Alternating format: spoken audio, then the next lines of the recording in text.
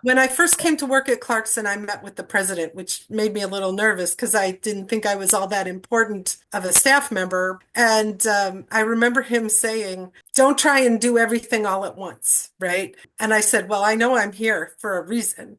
And a few months later, when there were a lot of admits coming through, he said, "How did you do that?" And I said, "It's really easy. I answer every email."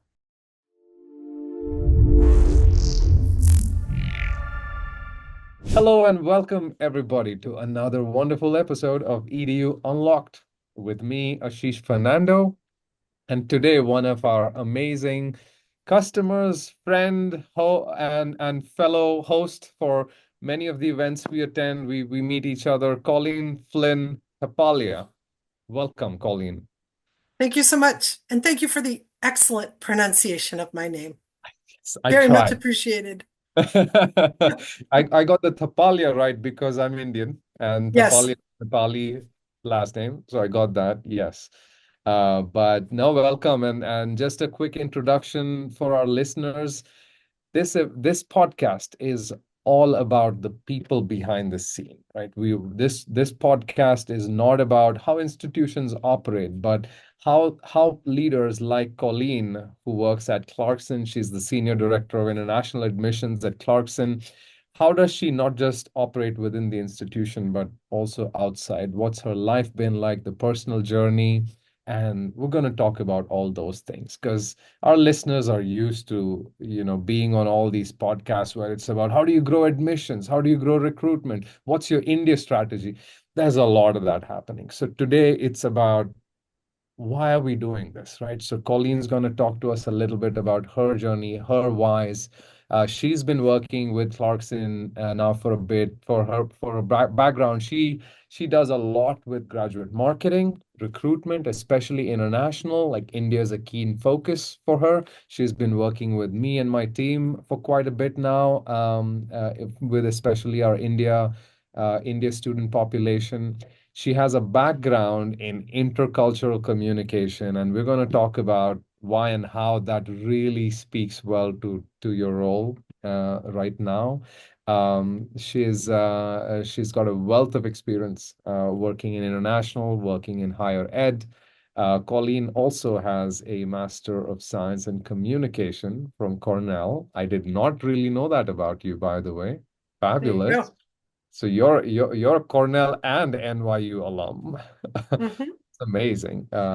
Journalism from NYU. That's fantastic. So I got excited when I saw that because I'm sure there's a lot you pick out of your education for your role currently. So excited to talk to you today, Colleen. Thank you for joining us. My pleasure. Fabulous. All right. So tell us how it started. Why higher ed? Why admissions? Did it just fall in the way, Yeah. or there was some moment there in your Yeah. in I don't think anyone like graduates from high school saying, "I want to be an enrollment manager."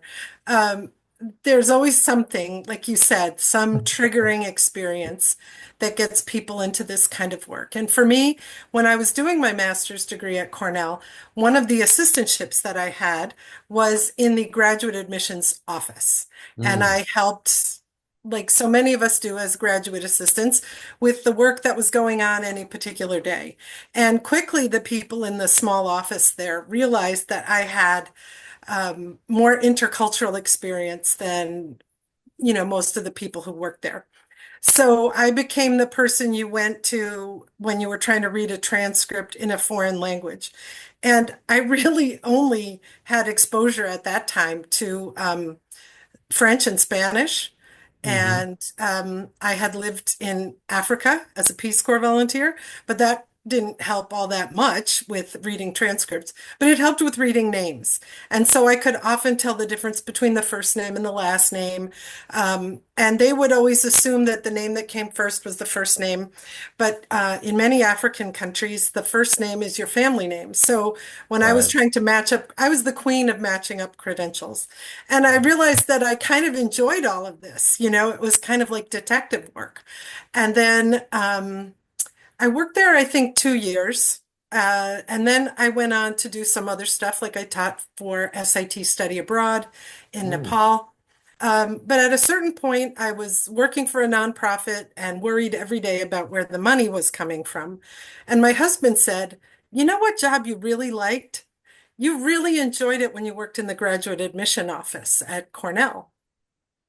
You need more people. You need to work with more people, like on a campus."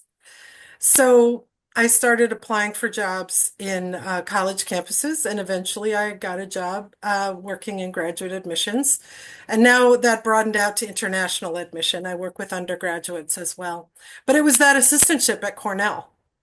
That was That what kind of kind laid the of, groundwork. you know, Yeah, that was the trigger. that was the trigger, got you hooked. Yeah. Isn't higher ed more forgiving and close-knit? It's more like family compared to most other industries and verticals, if not all, I feel. Like we Yeah, we I get mean, we very have kind our of hierarchy within higher ed, and there's yeah, kind of a caste system, if you there will. is. Right? Yeah. Like deans and vice presidents and faculty. And, when early in my career, I noticed I would be at meetings and it would be doctor this, doctor that, professor this, professor that. And oh, Colleen, what do you think?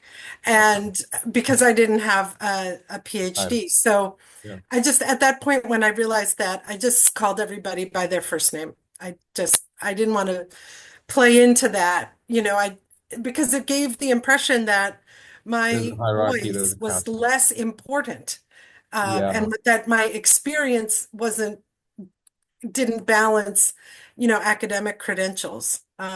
So it was just kind Yeah. of a trick So that you I never, at that point, you never felt like, oh, I should get a PhD because I need that title to get Well, in. it's not about the title. I did start a PhD when I was at Cornell, and then Yeah. um, I started my family and I just moved on to other things. And recently I have been working on a PhD, kind of plugging away course by Mm, course, on a PhD in higher education for changing populations at the University of Notre Dame of Maryland. So fantastic. it's never Wow. too late, right? It's never, oh, that's inspirational. Yeah, it's never too late. Yeah, that's Yeah. amazing. So you're adding Notre Dame to your amazing profile Maybe with I'll finish Cornell it and before I everything. retire. Yeah. But yeah, I mean that's a good example of it's never too late. It's never too late to study. I mean, Yeah. I remember the first time, like in India, the caste system is one thing. There's also like at a certain age you have to do a certain thing, right? It's a very big deal. Oh, yeah. And when I came to the US for my MBA, there was a 62-year-old lady from Philippines doing her MBA with me. And I was just like, I was shocked because that's not culturally what I know of. Like, what do you mean? Why are you wasting your time doing your MBA at No, but 62? by then it was for her, not for Yeah. anybody else. Exactly. Yeah. Yeah. And I learned that. And it's such an amazing, powerful thing is, yeah, you never stop learning. It's amazing. But coming to family and you mentioned your husband kind of also had this made you have this epiphany moment of like, hey, Yeah. this is what you love. Talk to us a little bit. Your last name's Thapalia, so he's Nepali. Yes. And Well, how did that I happen? think that after I graduated from college, I was kind of on an intercultural journey. First, after working in the US for a while, with my degree in journalism, I worked at a newspaper for a little while. But then I just was not feeling happy. So I decided to do something that I'd always thought about and had never been able to say out loud. I applied to the Peace Corps. And I was a Peace Corps volunteer in Burundi, which is in East Africa. Um, I had to learn French. My French got pretty good. And when I finished with that, I just wasn't done with volunteering. I heard about the UN volunteer program, so I applied to that. And then I ended up in Nepal, where my French was not helpful in the least.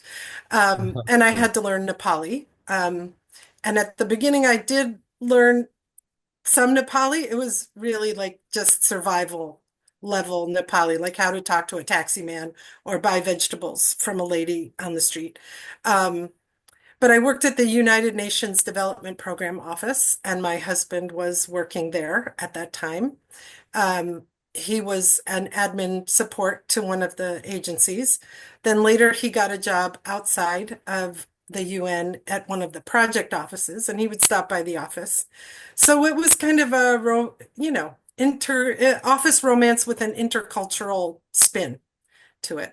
So That's fantastic. That's yeah. fantastic. And that kind of all of that now leads you to a point where I mean, you're focused on India and that whole Indian subcontinent a lot Yeah.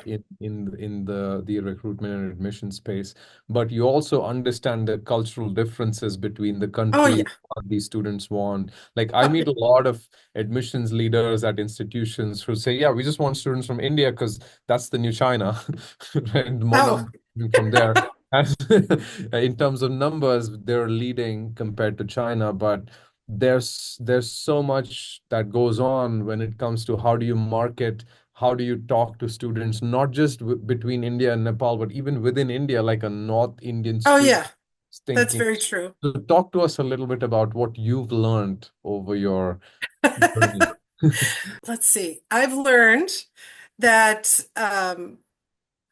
for especially in the subcontinent, but also in other regions, uh, your parents are always your parents, and they're Yeah, always a key decision. Uh, they're not always the decision maker, yeah, but you but don't the make a move influence. without consulting them. Yeah, they're the biggest Even influencer, the absolutely. postgraduate students, right? Even the master students. The parents are going to have a voice, and not just because of the finances. So in the US, I mean, we have this idea, I think, that somehow at a certain point you become the peer, let's say, of your parents. And I think on the subcontinent or even in African countries, that would be a ludicrous idea. So you need to always understand that you're talking to one person, but behind that person, metaphorically, is the whole universe of people who are influential in that student's life. And you need to be talking to them too. Yeah. Oh, absolutely. Yeah. You know, the famous saying is it takes a village to raise a child. In Yeah. India, even to raise an adult, there's always the village around you. It's Oh, just how yeah. Yeah. And you it's don't want to do something that is going to separate you emotionally. You're going to be separated by distance, but you don't want to be separated from your family unless someone comes to the US to study in order to kind of have that breakaway moment where they, you know, assert more their independence. I independent. mean, I Yeah. have had students in that kind of situation too, right? Like, I don't want to give any examples because they're real people, Oh, but yeah. a married student who didn't have a good marriage, maybe, and coming to study in the US was a chance to kind of clear the student's mind and figure out where am I supposed to be? What am I supposed to be doing? And so, when you go far away from home, like I did when I was a Peace Corps volunteer, or when our international students come to the US, it gives you a chance to kind of make a fresh start.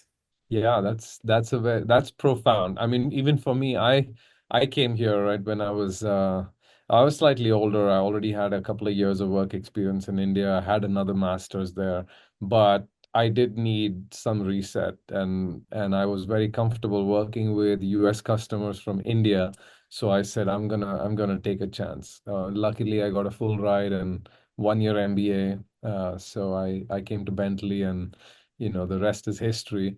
But yeah, it was a really good reset. And Yeah. I'm sure a lot of students want that. Have you, Colleen, I mean, in all of these experiences and journeys, understanding students and making sure Clarkson's the right one for them, if not, someone like you, I know like you're passionate about students and that journey, and you'd be the first one to say, hey, maybe Clarkson's not the right one for you. Maybe you should go here, whatever. Have you had instances where students come to you or parents talk to you and they realize later on that, hey, it's not the right thing for me. I made all these choices. Now what do I do? I'm stuck. And the institution now feels responsible. You feel responsible. Have you had those kind of situations? Not once they get to Clarkson. I think it would be before they get there. Um, Okay. we really I mean, we're a STEM focused institution. So if you're not good at math, right? Yeah, I yeah, mean, don't even bother. if you don't like numbers and spreadsheets, I Hmm. don't know if Clarkson's the right place for you, right? Because we have sciences, we have engineering, we have business, and all of those things require a certain kind of mindset.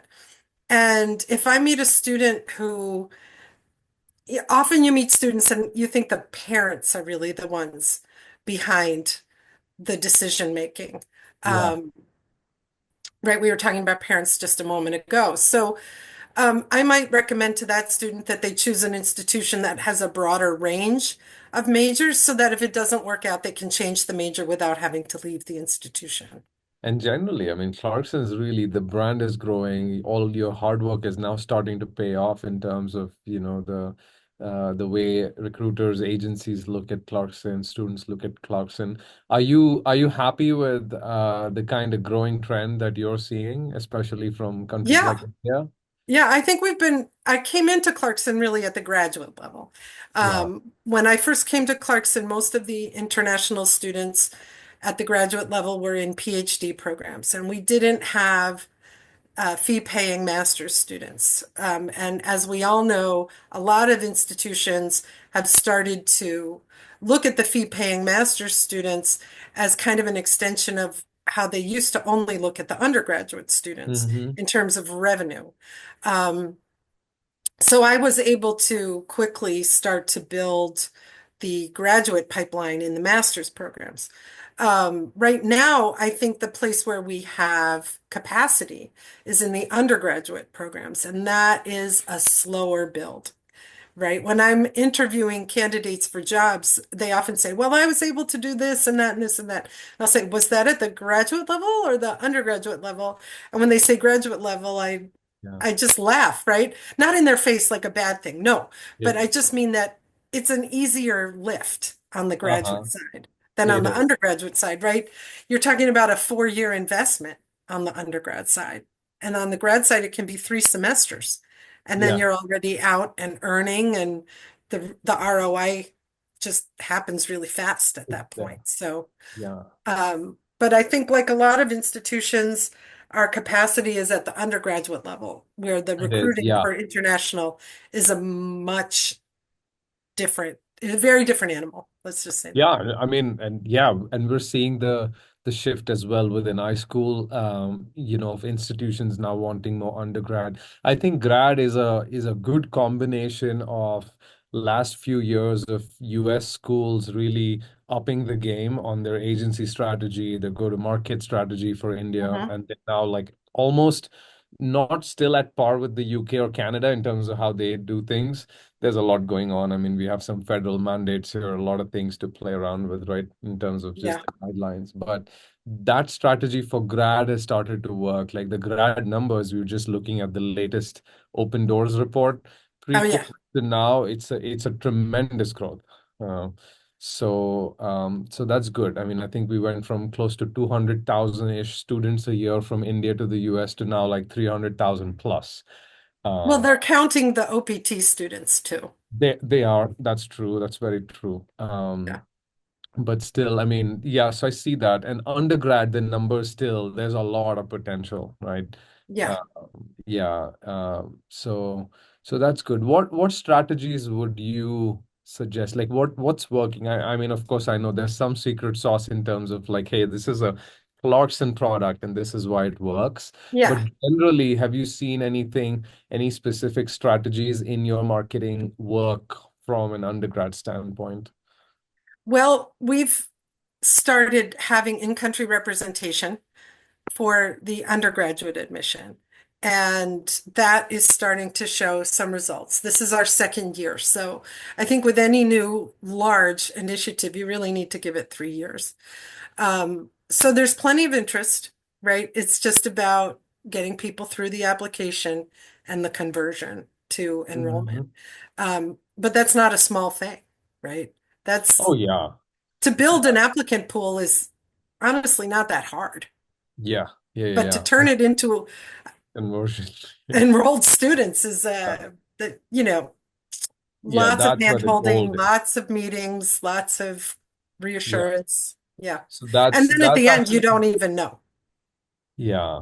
Yeah. So that's a good segue into any type of automation you're using with the new like chat GPT and AI and everything. Like in terms of conversion, student engagement, are you seeing any shift in the way your team's working? We haven't started using any AI in our responses to questions and things like that. But we're about to launch WhatsApp on a Okay. large scale. Right now, we've just kind of used it as an individual thing. You know, if a student's not responding to email, um, Send them a text. eventually I just, other offices on campus will say, we've emailed and emailed. I'm like, have you WhatsApped the student? No, no, I don't want to use my personal phone, blah, blah, blah. And I'm like, okay, give me a minute. And I think last fall there were, I think, 5 or 6 students. We just didn't know if they were coming or not.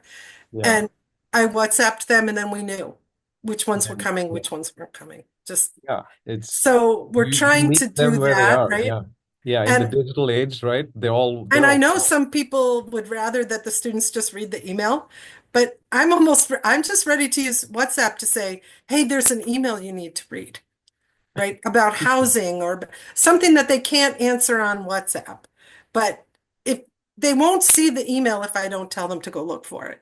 That is very true. Yeah, yeah. And we see that as well. Yeah. I mean, with Yeah, students, you got to meet them where they are. you got The to meet them where they are. yeah, yeah. The email And era was there, but after Facebook and WhatsApp and all these like social media more like apps have come in, it's yeah, yeah, it's it, hard. And even if your CRM has has a text function like an SMS, it's still not the same.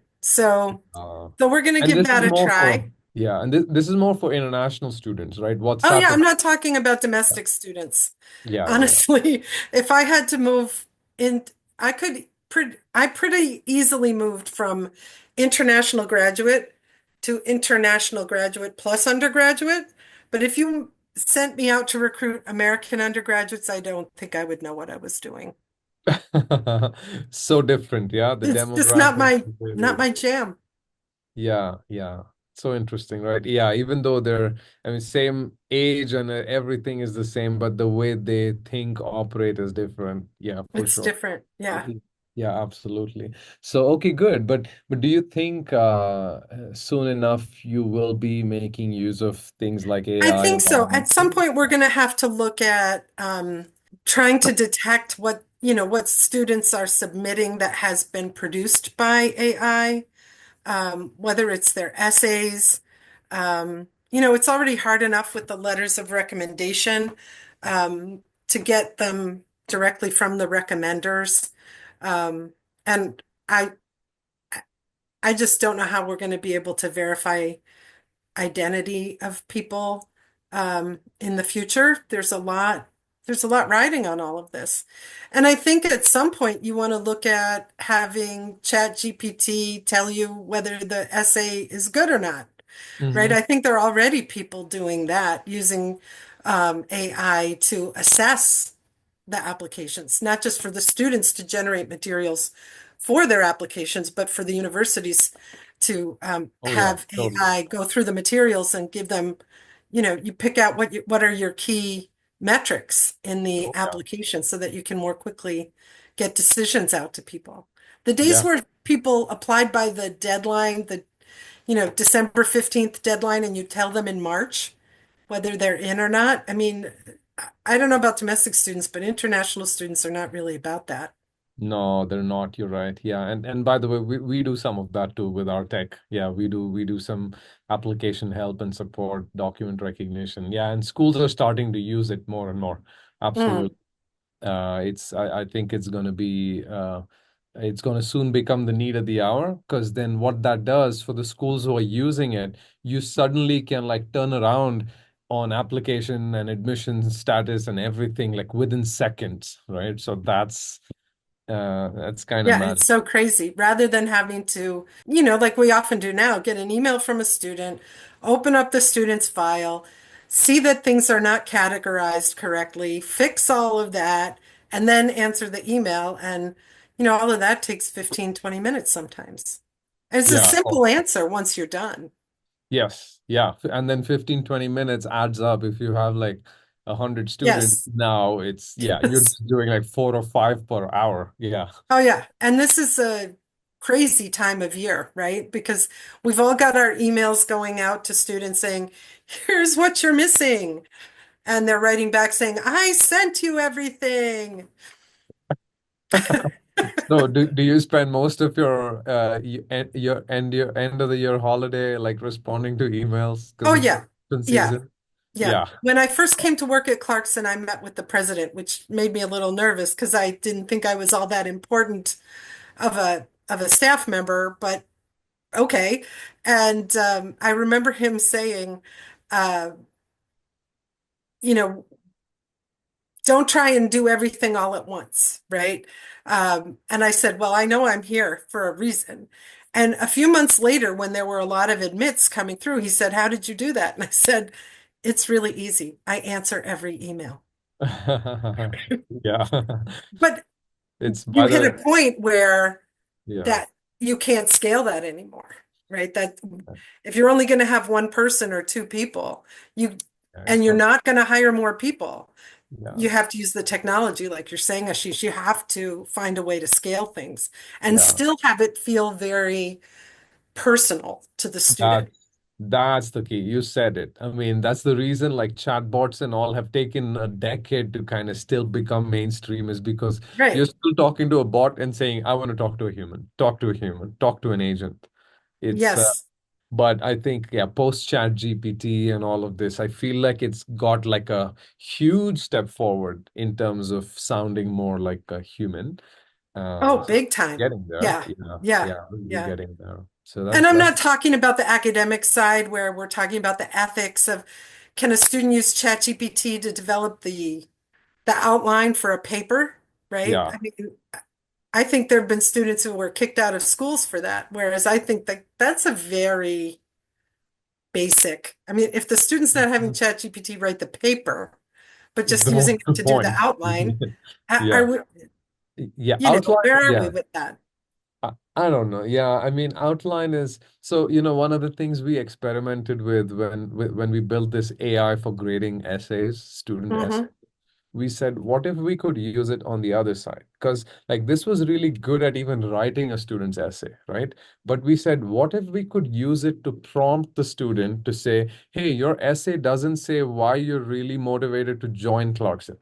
Why are you motivated to like go for this program? Like, why do you think Yeah, you'll be successful? Like, just having an AI sit there saying, I read your essay, it doesn't answer this question, that those prompts are very helpful even for the institution because they get the yeah, answer for those important questions. yeah. Yeah. I had to So I write think to a that's student useful. today who was like, I sent in my application. Did you get it? Yeah. And I wrote back, yes, we got it. Da, da, da, da, da. I said, I think you wrote that essay very hastily and that you should rewrite it and resubmit it. Because it was full of errors, just basic writing mistakes.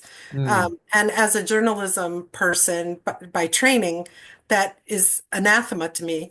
But Yeah. it was also just bad. It wasn't good writing. And when you're an international student, I think you have to be super careful about your writing because you don't want to be stereotyped as like foreign, right? Yes. You want to make sure that your ideas are what your ideas can only get through if they're articulated well. And that's Yeah. true for anybody, not just for international Oh, yeah, students. But absolutely. I think they pay a heavier price if if they take shortcuts or hand in something that's kind of like not great. So, Yes. And I'm sure, I mean, in the era of AI, like if you just think of it like psychologically, right? Like I was talking to a friend of mine at I don't remember which school, I think uni, and they said that sometimes when they'll read essays, they're actually happy to see that there's like one or two errors because that tells you it's written by a human. Like yes. that's the world we're living in. Yeah. Uh, so yeah, that's amazing. But good to hear. Um, Do My you? only, I worry about the AI in the spring when students are appealing for more scholarship money Mm, because they use AI to write the appeal. And really, I need two or three sentences, and they send me 5 paragraph essays. And there's very God. little content, right? It's just, I've always wanted to come to Clarkson and I'm so committed. And, it's the AI is a little wordy and fluffy sometimes. And Yeah. the content is just like, not, what am I looking at? What am I looking? Yeah. Yeah. Once you read a few of those, you kind of get used to and you know if it's an AI. Like Mm, you don't even need an AI checker. Yeah. no, no. Yeah, yeah, absolutely. But no, this is good. I mean, yeah, y'all are growing. There's openness to using technology to automate Oh, things. yeah. The numbers are showing that. You're focusing on undergrad now. Um, how do you see all of this like a few years out? Well, um, one of the things I like about working with the undergrads is there is a lot more diversity in terms of the countries that are represented in our student body and the majors that they choose. Whereas at the graduate level, there are probably 3 or 4 programs that's most popular and 3 or 4 countries Mm. and that are like really, really well represented. So on the undergraduate side, I want more numbers, but I love the diversity. And on the graduate side, I want more diversity. You And of have course, them. more numbers, more is always good. But, kind of stretching students out across the different departments and units so that they're kind of represented across the campus and not like, oh, those are so and so's students or those are those students, right? Where there's an assumption that if a student is from a certain country, that they must be in a certain program, that kind of Understood. thing. That's I amazing. want to get away from all of that. So that's a good segue into the one final question I ask all my guests on the podcast. And I'm gonna make a collage of all the responses I've got from all and that question is actually knowing how passionate you are is gonna be it's very simple for you. For any student who is looking at an institution, um, why Clarkson and not any other institution that falls in that same bucket as Clarkson? I think at Clarkson, there is a real commitment to combining the academics with the hands-on learning. Um, and that's especially important for the undergrad students because they need to get into laboratories, they need to get into workshops, they need to put their learning into action. And all of that, putting the learning into action and solving problems. I mean, the world needs people who can solve big problems, right? And the market is ready to pay people to do that. So our students do good in the world, but they also do well in their careers. And being part of that journey with them to bringing them into a place that can get them there is really rewarding. It's, it's why we do what we do. Amazing. I love it. Thank you very much for that response. And thank you for spending time on the podcast with me, Colleen. It's been It a was a pleasure. pleasure. Yeah, great. Thanks for inviting me. But thank you to all our listeners for joining me on another fantastic episode of Edu Unlocked with me, Ashish Fernando, and our guest for today, Colleen Flynn Thapalia from Clarkson University. Thank you so much, Colleen, for joining in. Been a pleasure.